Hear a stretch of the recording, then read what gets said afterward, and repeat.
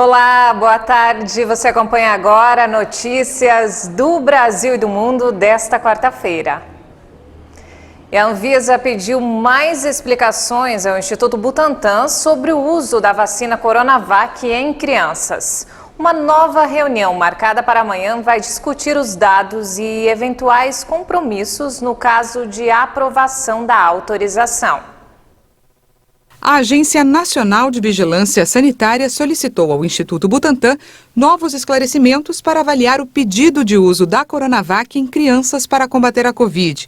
O Instituto Butantan entrou com a solicitação de autorização de uso em caráter emergencial do imunizante, fabricado em parceria com a farmacêutica chinesa Sinovac, em pessoas com idades entre 5 e 11 anos ainda em dezembro.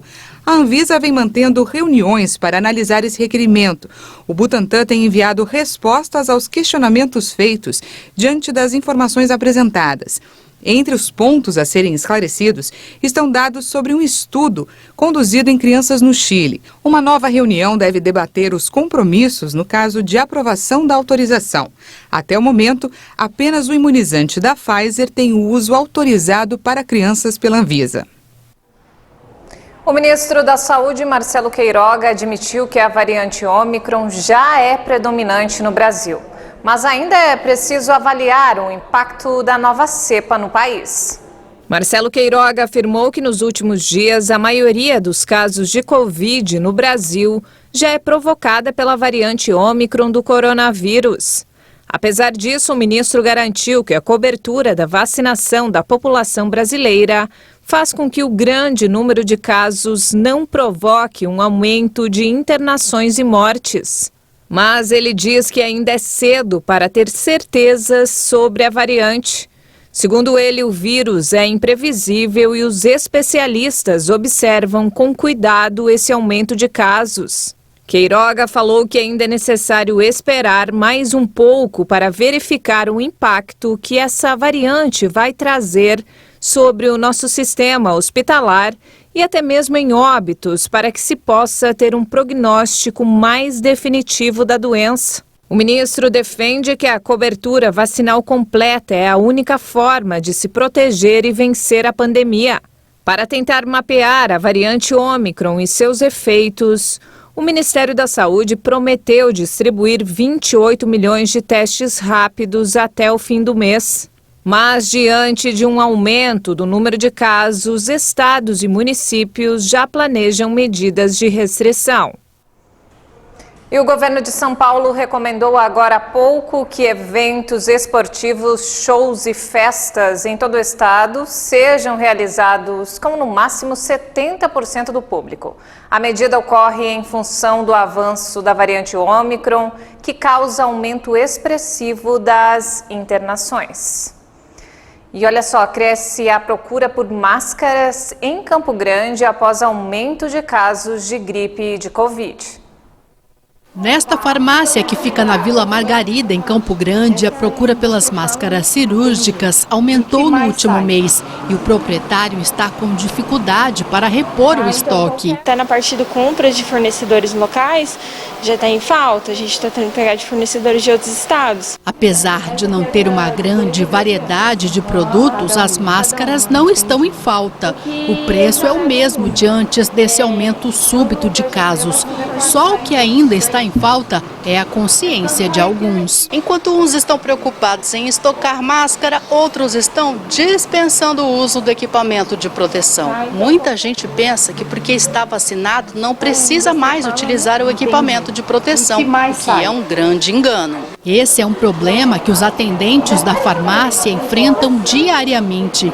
Gente que se nega a utilizar o item de proteção dentro do estabelecimento. A vacina está tudo bem, mas na verdade a gente sabe que a vacina é uma forma de estar protegendo você, né, na parte de sintomas leves, né? Mas a partir do momento que você às vezes está infectado e está com sintomas leves e acha que é somente uma gripe ou algo assim mais simples, isso pode refletir no próximo, às vezes não tão simples, né? Não é o caso deste cliente. O seu Arlindo diz que já se acostumou e não dispensa o uso do item que serve para a sua proteção e para a proteção dos outros. A máscara é uma coisa que veio para ficar, né? Não precisa ter essa doença louca aí, não. A poeira, tudo isso evita. Uma gripe, evita uma febre, qualquer coisa. E nos destaques internacionais, a atividade do vulcão permanece intensa após quase uma semana na Ilha Isabela, em Galápagos. 7 anos depois da última erupção, o Instituto Geofísico de Quito confirmou que a montanha de mais de 1.700 metros de altura expeliu uma nuvem de gás e cinzas que atingiu quase 3.800 metros acima do nível do mar.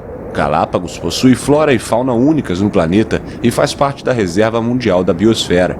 Cientistas do Parque Nacional de Galápagos garantem que as espécies raras, como as tartarugas gigantes e as iguanas cor-de-rosa, estão fora do fluxo de lava que segue para o sul da cratera. O risco para os humanos também é baixo, devido à distância de 100 km do Wolf para as comunidades mais próximas. Na Ilha Isabela também estão os vulcões Darwin, Alcedo, Cerro Azul e Serra Negra, todos ativos. E olha só, cientistas e pesquisadores israelenses têm dedicado tempo a ensinar peixinhos dourados a dirigir. Os animais são capazes de navegar em terra dentro de um aquário enquanto comandam uma espécie de carrinho com rodas.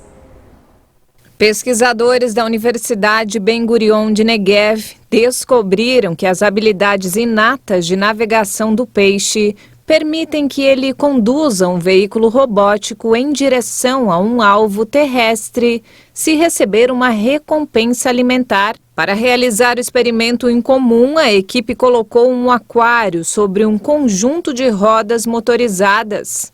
Um sistema de câmeras registrou os movimentos do peixe na água e os traduziu em direções de navegação, movendo a engenhoca na direção em que o animal colidiu contra o vidro. Em um vídeo divulgado pela universidade, o peixe dourado pôde ser visto conduzindo o veículo em direção a uma marca colorida na parede da sala de experimentos. A pesquisa, revisada por pares e publicada em uma revista especializada, sugere que a capacidade de navegação é universal e não específica ao meio ambiente. O tenista número 1 do mundo, Novak Djokovic, admitiu erros em seus documentos de viagem e em seu comportamento depois de testar positivo para a Covid enquanto luta para permanecer na Austrália para disputar um novo título. O tenista número 1 do mundo testou positivo para a Covid-19 em dezembro passado. Na época, o atleta chegou a interagir com pessoas durante um evento público em Belgrado, mesmo após testar positivo para a doença um dia antes. A mãe de Djoko, Dijana, disse que o filho provavelmente não sabia que estava contaminado pelo coronavírus. A primeira-ministra da Sérvia, Ana Brnabić, disse que seria uma clara quebra das regras sanitárias do país se Djokovic esteve em público, apesar de saber que estava positivo para a Covid. O sérvio de 34 anos, que não está vacinado contra o coronavírus, luta para permanecer na Austrália para disputar um novo título de Grand Slam. Ele chegou a treinar na terça, mas o Ministério da Imigração ainda vai analisar se volta a cancelar o visto do jogador ou se vai permitir que ele dispute o Aberto da Austrália.